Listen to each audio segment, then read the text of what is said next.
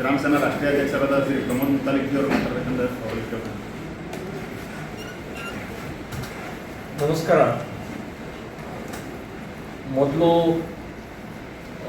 ಬಾಂಗ್ಲಾದೇಶದ ಸಂಬಂಧಪಟ್ಟ ಹಾಗೆ ಬಾಂಗ್ಲಾದೇಶ ಮುಸ್ಲಿಮರು ನುಸುಳುಕೋರರು ಏನಿದ್ದಾರೆ ಅದರ ಸಂಬಂಧಪಟ್ಟಾಗಿ ಮಾತನಾಡಿ ಆಮೇಲೆ ಅದರ ವಿಷಯಕ್ಕೆ ಹೋಗ್ತೀನಿ.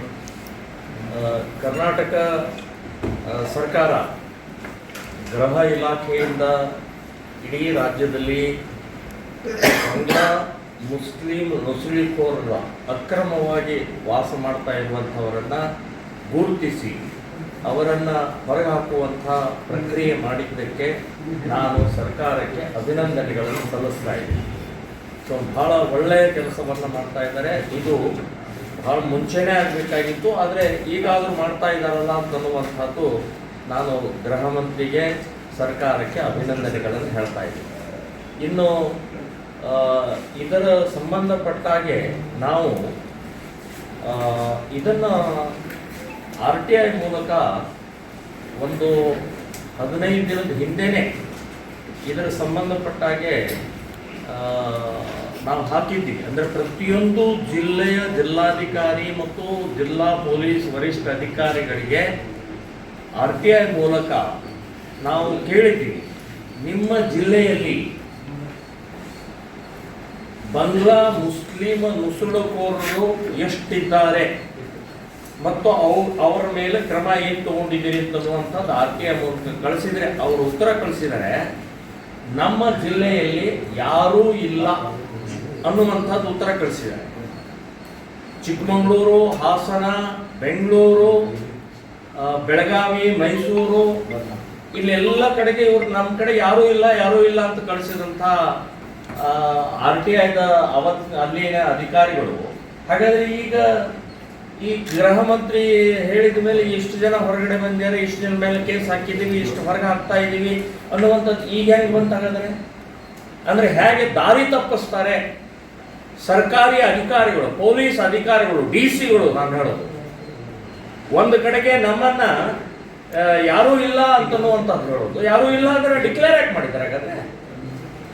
ಸೊ ಈ ರೀತಿಯ ಮೋಸ ಮಾಡೋದು, ಈ ರೀತಿಯ ಪ್ಲೀಸ್ ಮಾಡೋದು, ಈ ರೀತಿಯ DC SP ಬಾಂಗ್ಲಾ ಮುಸ್ಲಿಮರನ್ನು ಸಾಕ್ತಾ ಇದ್ದಾರೆ ಅಂತ ನಾನು ಹೇಳ್ತಾ ಇದ್ದೀನಿ.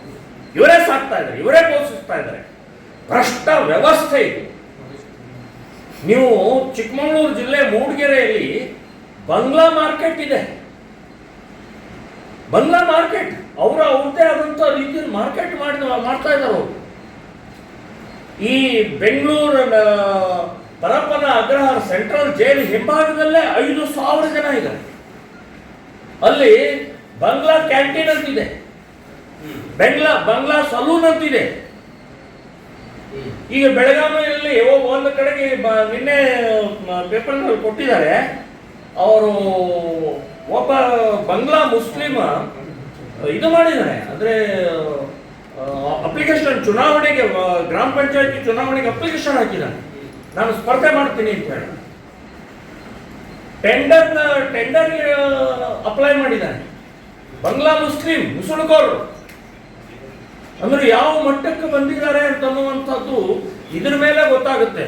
ಸೊ ಈ ರೀತಿ ಭಯಾನಕವಾದಂಥ ಸ್ಥಿತಿಗೆ ಇವತ್ತು ಕಾಂಗ್ರೆಸ್ ಸರ್ಕಾರ ಅಟ್ಲೀಸ್ಟ್ ಎಚ್ಚರಗೊಂಡು ಅವರನ್ನ ಗುರುತಿಸಿ ಹೊರಗೆ ಹಾಕುವಂಥ ಏನು ಪ್ರಯತ್ನ ಮಾಡ್ತಾ ಇದ್ದಾರಲ್ಲ, ಶ್ಲಾಘನೀಯವಾದ್ದು.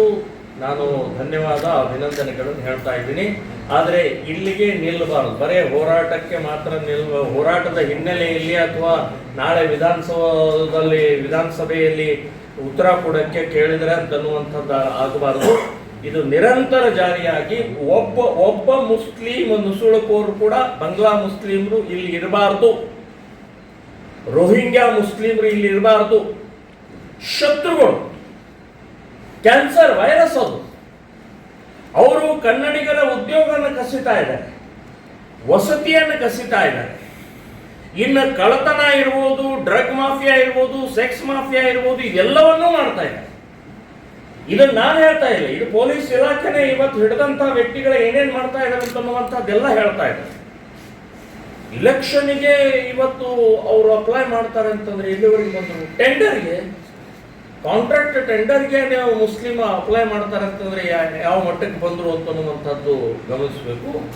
ಇದನ್ನ ಸೆಂಟ್ರಲ್ ಗೌರ್ಮೆಂಟ್ ಸೀರಿಯಸ್ ಆಗಿ ತಗೊಳ್ಬೇಕು. ಇದು ಬರೇ ರಾಜ್ಯಗಳದ್ದು ಮಾತ್ರ ಅಲ್ಲ, ಇದು ಸೆಂಟ್ರಲ್ ಗೌರ್ಮೆಂಟ್ ಇದು ಬಹಳ ಗಂಭೀರವಾಗಿ ತಗೊಂಡು ಎಲ್ಲರನ್ನು ನಿಮ್ಮ ಹತ್ರ ಸೆಂಟ್ರಲ್ ಇಂಟೆಲಿಜೆನ್ಸ್ ಇದೆ, ಸೆಂಟ್ರಲ್ ಪೊಲೀಸ್ ಇಲಾಖೆ ಇದೆ ನಿಮ್ಮ ಹತ್ರ. ಸೊ ಇದನ್ನು ಗಮನಿಸಿ ಕೋಆರ್ಡಿನೇಷನ್ದಿಂದ ರಾಜ್ಯ ಸರ್ಕಾರದ ಎಲ್ಲ ರಾಜ್ಯ ಸರ್ಕಾರ ಕೋಆರ್ಡಿನೇಷನ್ದಿಂದ ಇವರನ್ನ ಹೊರಗೆ ಹಾಕಬೇಕು. ಬಹಳ ಮುಂದಿನ ದಿನಗಳಲ್ಲಿ ಗಂಭೀರವಾದಂತಹ ಸ್ಥಿತಿಗೆ ನಿರ್ಮಾಣ ಆಗೋಕ್ಕಿಂತ ಮುಂಚೆನೆ ಇದನ್ನ ಎಚ್ಚರಗೊಳ್ಳಬೇಕು ಅಂತನ್ನುವಂಥದ್ದು ಕೇಂದ್ರ ಸರ್ಕಾರಕ್ಕೂ ಕೂಡ ನಾನು ಹೇಳ್ತಾ ಇದ್ದೀನಿ. ಮತ್ತು ಬಿಜೆಪಿಯ ಸರ್ಕಾರ ಬರೀ ಇವತ್ತು ಈ ಹಿನ್ನೆಲೆಯಲ್ಲಿ ಕರ್ನಾಟಕದಲ್ಲಿ ಇವತ್ತು ಬಿಜೆಪಿ ಸರ್ಕಾರ 2 ಸಲ ಆಯಿತು. ಅವಾಗ ಬಾಂಗ್ಲಾದೇಶ ಮುಸ್ಲಿಮರು ಇರಲಿಲ್ವಾ? ಇದ್ರಲ್ಲ. ಸೊ ಆವಾಗ ಏನೂ ಮಾಡಲಿಲ್ಲ. ಇವತ್ತು ನನ್ನ ಸರ್ವೆ ಪ್ರಕಾರ ಬೆಂಗಳೂರು ನಗರದಲ್ಲಿ, ಚಿಕ್ಕಮಗಳೂರು ಜಿಲ್ಲೆ, ಹಾಸನದಲ್ಲಿ ಬಿಜೆಪಿಯ MP MLA ಕ್ಷೇತ್ರದಲ್ಲೇ ಸಾವಿರಾರು ಜನ ಇದೆ. ನೀವು ಹೊರಗೆ ಹಾಕ್ಬೋದಲ್ಲ, ನೀವು ಗುರುತಿಸ್ಬೋದಲ್ಲ, ಬರೇ ಮಾತಾಡ್ತಾನೆ. ಸೊ ಈ ಹಿನ್ನೆಲೆಯಲ್ಲಿ ಇವತ್ತಿನ ಏನೋ ಒಂದು ಕರ್ನಾಟಕದ ಸರ್ಕಾರ ಬೆಳವಣಿಗೆ ತಗೊಳ್ತಾ ಇದೆ, ಒಳ್ಳೆ ಬೆಳವಣಿಗೆ. ದೇಶದ ಸುರಕ್ಷತೆ ಹಿನ್ನೆಲೆಯಲ್ಲಿ, ದೇಶದ ಒಂದು ಒಳ್ಳೆ ಬೆಳವಣಿಗೆ ಹಿನ್ನೆಲೆಯಲ್ಲಿ ಇದು ಮಾಡ್ತಾ ಇರುವಂಥ ಕಾರ್ಯ ಶ್ಲಾಘನೀಯವಾದ ಅಭಿನಂದನೆ.